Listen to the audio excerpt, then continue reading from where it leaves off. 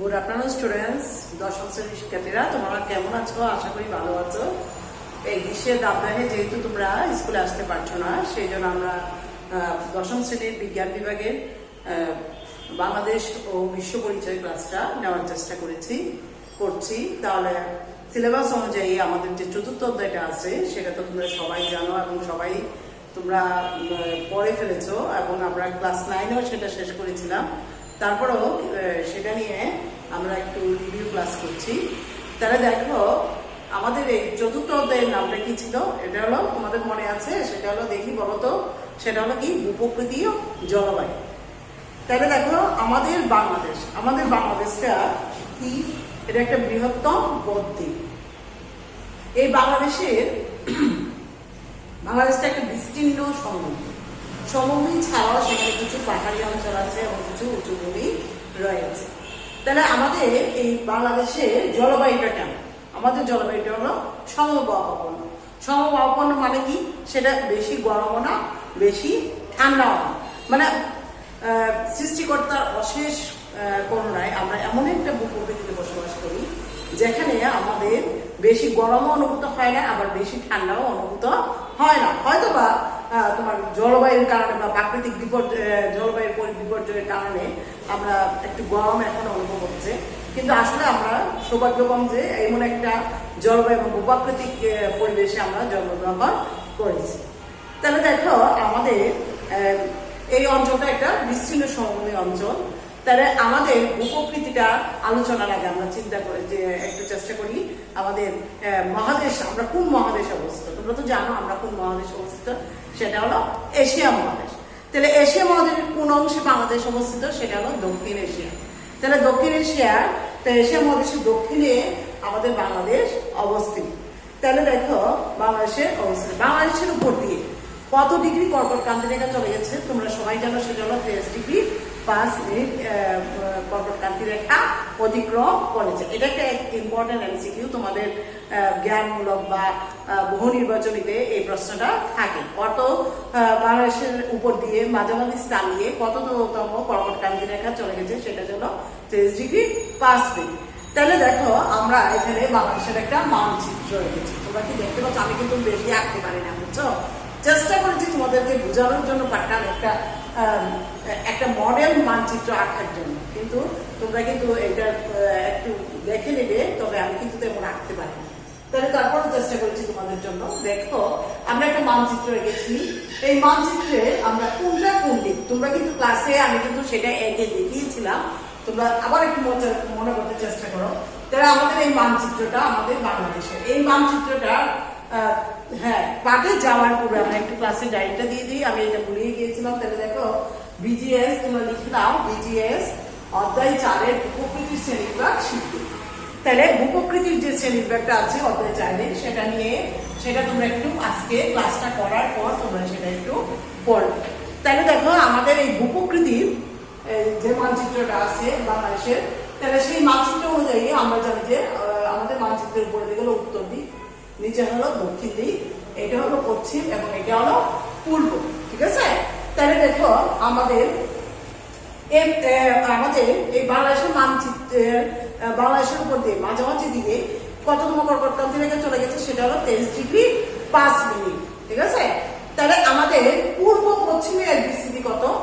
আমাদের পূর্ব পশ্চিমের সর্বোচ্চ বিস্তৃতি হলো পূর্ব পশ্চিমে। তাহলে এটা হলো পশ্চিম, এটা হলো পূর্ব, এটা হলো 440 বর্গ কিলোমিটার, 440 কিলোমিটার। ঠিক আছে? আর উত্তর দক্ষিণে সেটা কত? 760 কিলোমিটার। ঠিক আছে? পূর্ব পশ্চিমে সেটার আয়তন হলো 440 এবং উত্তর দক্ষিণে সেটা হলো তোমার কত? 760 কিলোমিটার। তাহলে এবার দেখো, এই আমাদের বাংলাদেশের উত্তরে কি আছে? উত্তরে আছে তোমার ভারতের পশ্চিমবঙ্গ, মেঘালয় এবং আসাম। আমাদের চারপাশে আছে ভারত এবং মিয়ানমার আমাদের বাংলাদেশে। তাহলে উত্তরে আছে কি? উত্তরে আছে ভারতের পশ্চিমবঙ্গ, দেখা যাচ্ছে?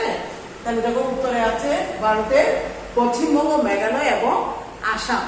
তাহলে পূর্বে আছে কি? ত্রিপুরা, মিজোরাম এবং মিয়ানমার।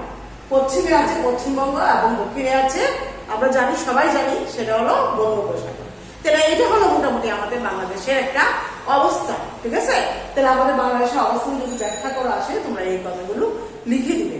যদি মানচিত্রটা একে দেখিয়ে দিতে পারো তাহলে আরো অনেক ভালো হবে। তাহলে আমাদের বাংলাদেশের আয়তন কত তোমরা সবাই জানো, সেটা আমরা ছোটবেলা থেকে জেনে আসছি। সেটা হলো কি 1,47,570 বর্গ কিলোমিটার। এবং সেটাই যদি বর্গ মান, অনেক সময় তোমাদের এই আয়তনটা কিন্তু বর্গ মাইলেও আসে, সেটা কত? সেটা হলো 56,977 বর্গ মাইল। এটা কিন্তু বইয়ে স্পষ্ট করে লেখা আছে, ঠিক আছে? তাহলে আমরা জানি আমাদের বাংলাদেশে একটা বৃহত্তম ভূদ্বীপ। ভূপ্রকৃতি অনুযায়ী আমাদের এই বাংলাদেশটাকে কয়টা ভাগে ভাগ করা হয়েছে আমরা সবাই জানি, সেটা হলো 3টা ভাগে। একটা হলো কি কাশারি যুগের পাহাড় সমূহ, প্লাস্টিক কালের সুবর্ণ সমূহ, আরেকটা হলো সাম্প্রতিক কালের ছত্তর ভূমি, সাম্প্রতিক কালের প্লাবন সমূহ। তাহলে প্লাস্টিক কালের সুবর্ণ সমূহ, আরেকটা হলো সাম্প্রতিক কালের প্লাবন সমূহ। এইটাকে যদি আমরা 100-র মধ্যে ভাগ করি তাহলে কাশারি যুগের পাহাড় সমূহ হলো 12%, তোমরাও জানো। আর আমাদের প্লাস্টিক কালের সুবর্ণ সমূহ হলো 8%, এবং সাম্প্রতিক কালের প্লাবন সমূহ হলো কত পার্সেন্ট? সেটা হলো 80%। তাহলে দেখো কাশারি যুগের পাহাড় সমূহ বাংলাদেশের মোট ভূমির প্রায় কত পার্সেন্ট? সেটা হলো 12%। এটা কখন ধরে? তাহলে 2 বিলিয়ন বছরের আগে হিমালয় পর্বত উত্থিত হওয়ার সময় এই পাহাড়গুলো সৃষ্টি হয়। এই কাশারি যুগের পাহাড় সমূহকে কয় ভাগে ভাগ করা হয়েছে? 2 ভাগে। একটা হলো দক্ষিণ পূর্বাঞ্চলের পাহাড় সমূহ, একটা হলো উত্তর পূর্বাঞ্চলের পাহাড় সমূহ। দক্ষিণ পূর্বাঞ্চলের পাহাড় সমূহকে কি রাঙ্গামাটি, বান্দরবান, খাগড়াছড়ি, কক্সবাজার এবং চট্টগ্রামের পূর্বাঞ্চল। এবং এই দক্ষিণ পূর্বাঞ্চলের এই মধ্যে আমাদের বাংলাদেশের সর্বোচ্চ শৃঙ্গ তাজিরং এবং দ্বিতীয় সর্বোচ্চ শৃঙ্গ টিকারাডং বান্দরবানে অবস্থিত। আর উত্তর পূর্বাঞ্চলের পাহাড় সমূহগুলো রয়েছে। আর তোমরা কি জানো আমাদের সর্বোচ্চ পর্বতশৃঙ্গের উচ্চতা কত? সেটা কিন্তু জেনে রাখা দরকার। সেটা হলো 1231 মিটার। 1231 মিটার সবার মনে আছে? আর দক্ষিণ পূর্বাঞ্চল দ্বিতীয় সর্বোচ্চ শৃঙ্গের যে টিকারাডং, তাহলে সেটার উচ্চতা কত? 1230 মিটার। আর উত্তর পূর্বাঞ্চলের পাহাড় সমূহের মধ্যে রয়েছে ময়মনসিংহ নেত্রকোনার উত্তরাংশ, সিলেটের উত্তর পূর্বাংশ এবং মৌলভীবাজার এবং হবিগঞ্জ জেলার দক্ষিণের পাহাড় সমূহ নিয়ে এই পাহাড়গুলো গঠিত। এবং এই পাহাড়গুলোর উচ্চতা তোমার বেশি নয়, সেই জন্য স্থানীয়ভাবে এগুলো কি নামে পরিচিত? টিলা নামে পরিচিত। এবার দেখো প্লাস্টিসিন কালের পাহাড় সুপাংশ। তাহলে প্লাস্টিসিন কালের এলাকা কত পার্সেন্ট? 8%।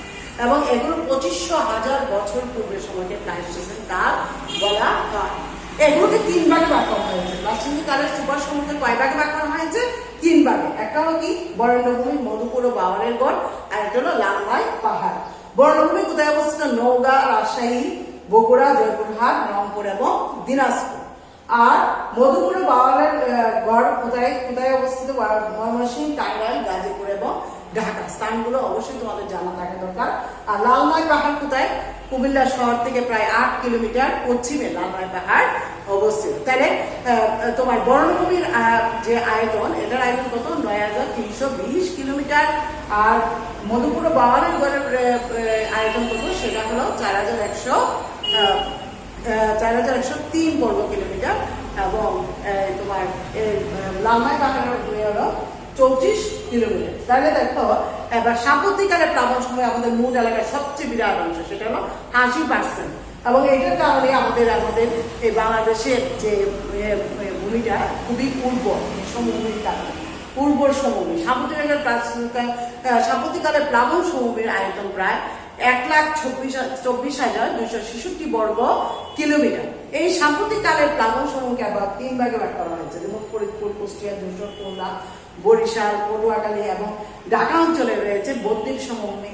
তারপর নোয়াখালী, ফেনী নদী নিম্নভাগ থেকে কক্সবাজার পর্যন্ত হলো উপকূলীয় সমভূমি। আর খুলনা, পটুয়াখালী এবং বগুড়া জেলায় আছে সুতজ সমভূমি। এই 3 ভাগে ভাগ করা হয়েছে।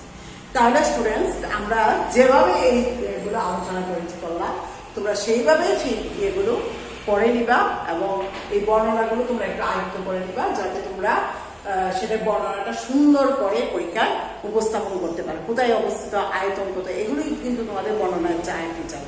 তাহলে সেগুলো সুন্দরভাবে উপস্থাপন করবে, ঠিক আছে? আর আমি এবার কোনো প্রশ্ন লিখে দিলাম না তোমাদেরকে, তোমরা এই অনুযায়ী বর্ণনাগুলো শিখে পারবা। এগুলো থেকেই তোমাদের একটা সৃজনশীল হবে। তোমরা অলরেডি জানো এগুলো থেকে কিভাবে সৃজনশীল আসে, ঠিক আছে? সৃজনশীল প্রশ্ন নিয়ে আমরা পরে আরেকদিন আলোচনা করি, ঠিক আছে? গুড বাই স্টুডেন্টস, ভালো থাকবে। সুস্থ থাকবে এবং গরমে বেরোবে না। তাহলে আব্বু আম্মুকে আমার সালাম জানাবে প্রিন্সিপাল স্যারের জন্য। ঠিক আছে, গুড বাই।